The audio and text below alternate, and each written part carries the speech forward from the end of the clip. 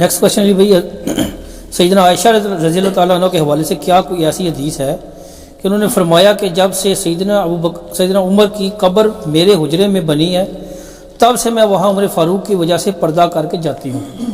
ہاں جی حدیث ہے، اور اس حدیث سے بڑے عجیب و غریب رزلٹ نکالے ہیں ہمارے بریلوی بھائیوں نے اور دیوبندی حیاتیوں نے۔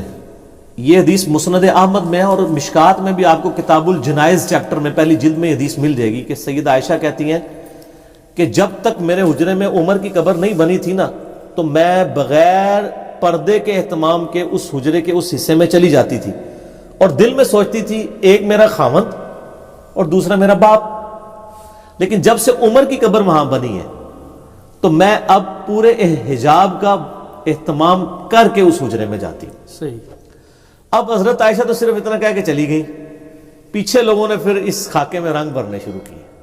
انہوں نے کہا دیکھ لو نا، حضرت عائشہ کا عقیدہ تھا کہ وہ قبر کے اندر سے حضرت عمر دیکھتے تھے، اسی تو پردہ کرتی تھی۔ ایک آڑی مڑائی نے سر تکیا کتنے دماغ پہنچے ہے سر، شیطان کا دماغ بڑی دور تک پہنچتا ہے، لیکن سر انجینئرنگ ہو جائے نا پھر شیطان دے پر کٹے جاندے پھر تھلے آ جاندہ ہو۔ میں انجینئرنگ کرنا وا، پہلے تو مجھے یہ بتائیں کہ سیدہ عائشہ کا اگر یہ عقیدہ تھا نا کہ حضرت عمر دیکھتے ہیں اور میں ان کے اس دیکھنے کی وجہ سے پردہ کر رہی ہوں، تو سر حضرت عائشہ کا تو وہ عقیدہ تھا جو آپ کو ہضم ہی نہیں ہو سکتا، وہ تو مردوں کے سننے کے بھی قائل نہیں تھی، دیکھنا تو بڑی دور کی بات ہے۔ بخاری مسلم دونوں میں حدیث ہے، صحیح، ٹھیک ہے، وہ کلیب بدر والی کہ جب قبر جو بدر میں جو کافر قتل ہوئے تھے انہیں اس کنویں میں ڈال دیا گیا تو نبی الاسلام ان مردوں سے خطاب کر رہے تھے کہ تمہیں اب پتہ چل گیا کہ میں سچ کہتا تھا؟ تو حضرت عمر نے کہا یا رسول اللہ صلی اللہ علیہ وسلم آپ مردوں سے کلام کر رہے ہیں؟ آپ نے فرمایا کہ یہ تم سے بہتر سنتے ہیں۔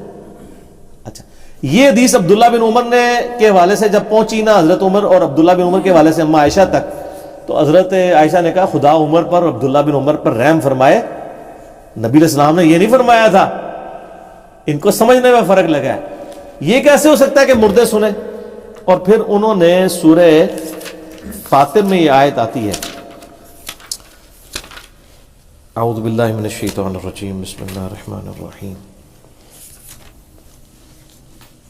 ہاں یہ آیت اما عائشہ نے قرآن سے استدلال کیا، ان اللہ یسمع من یشاء، بے شک اللہ تعالیٰ جسے چاہتا ہے سناتا ہے، وما انت بمسمع من فی القبور، اے نبی تم نہیں اسے سنا سکتے جو قبر میں چلا گیا۔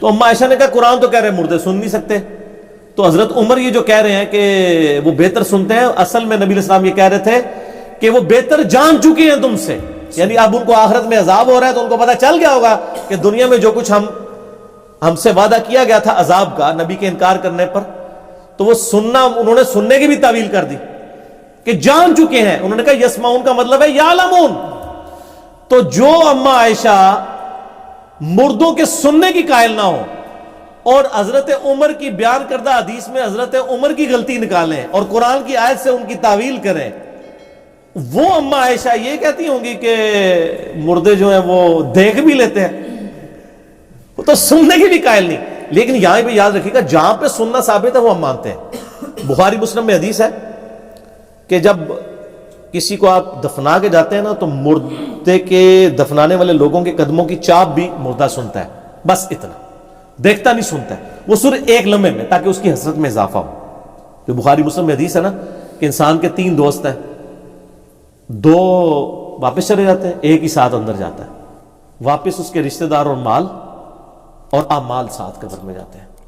تو جس کے اعمال ساتھ آئے نا اس کو جب قدموں کی یعنی وہ آواز آتی ہے نا تو اس کی خوشی میں اضافہ ہوتا ہے کہ میں نے ان لوگوں پہ رلائے بھی کوئی نہیں کیا تھا، منو دب کے ٹور بھی گئے تھے، کیا ہوا میرے کو مال ہے، میں اپنا خزانہ لے کے آیا ہوں۔ اور جو برا ہوتا ہے اس کی حسرت میں اضافہ ہوتا ہے کہ یہ مجھے میرا بیٹا بھی چھوڑ کے چلا گیا یہاں سے۔ صحیح بخاری میں حدیث ہے نا کہ میت جو ہے وہ اپنی چارپائی پہ کلام کرتی ہے، زمین و اسمان کی ساری مخلوقات سنتی ہے سوائے جن و انس کے، کیونکہ وہ سن لیں تو بندے نہ مان جائیں، اور وہ اگر نیک میت تو کہتی ہے مجھے جلدی جلدی میری قبر کی طرف لے جاؤ، اور بری ہوتی ہے تو وہ چیخو پکار کرتی ہے مجھے کہاں لے کے جا رہے ہو۔ تو جہاں جہاں پہ میت کا کلام بولنا سننا ثابت ہے وہ تو ہم مانتے ہیں، مطلقاً میتیں نہیں سنتی، قطعاً نہیں سنتی، یہ تو اما عائشہ کا عقیدہ نہیں تھا۔ پھر یہ اما عائشہ کے بارے میں یہ کلیم کرنا رضی اللہ تعالیٰ عنہ کہ وہ حضرت عمر سے اس لیے حجاب کرتی تھیں کہ وہ ان کا یہ عقیدہ تھا کہ حضرت عمر دیکھ لیتے ہیں، تو سر میں اس میں تھوڑی سی مزید انجینئرنگ کرتا ہوں، جو شخص 8-10 فٹ نیچے قبر سے باہر دیکھ سکتا ہے اس کے سامنے تو حجاب کرنے کا بھی کوئی فائدہ نہیں کوئی فائدہ نہیں.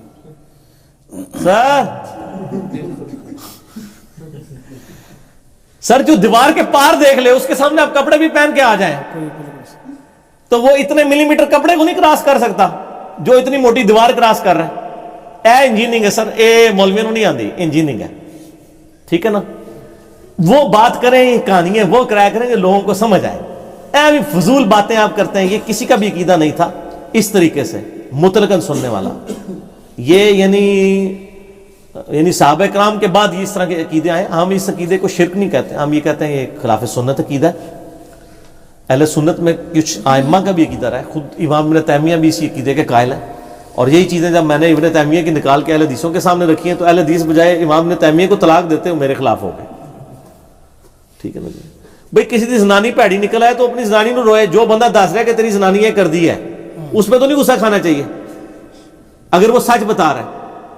تو انہوں نے بھی میرے ساتھ مخالفت شروع کر دی. بہرحال ہم نے تو چونکہ سچائی بیان کرنی ہے چاہے کسی کو بھی بری لگے. کیوں؟ کیونکہ نام ہے وہابی، نام ہے بابی، میں ہوں مسلم علمی کتاب. علمی کتاب.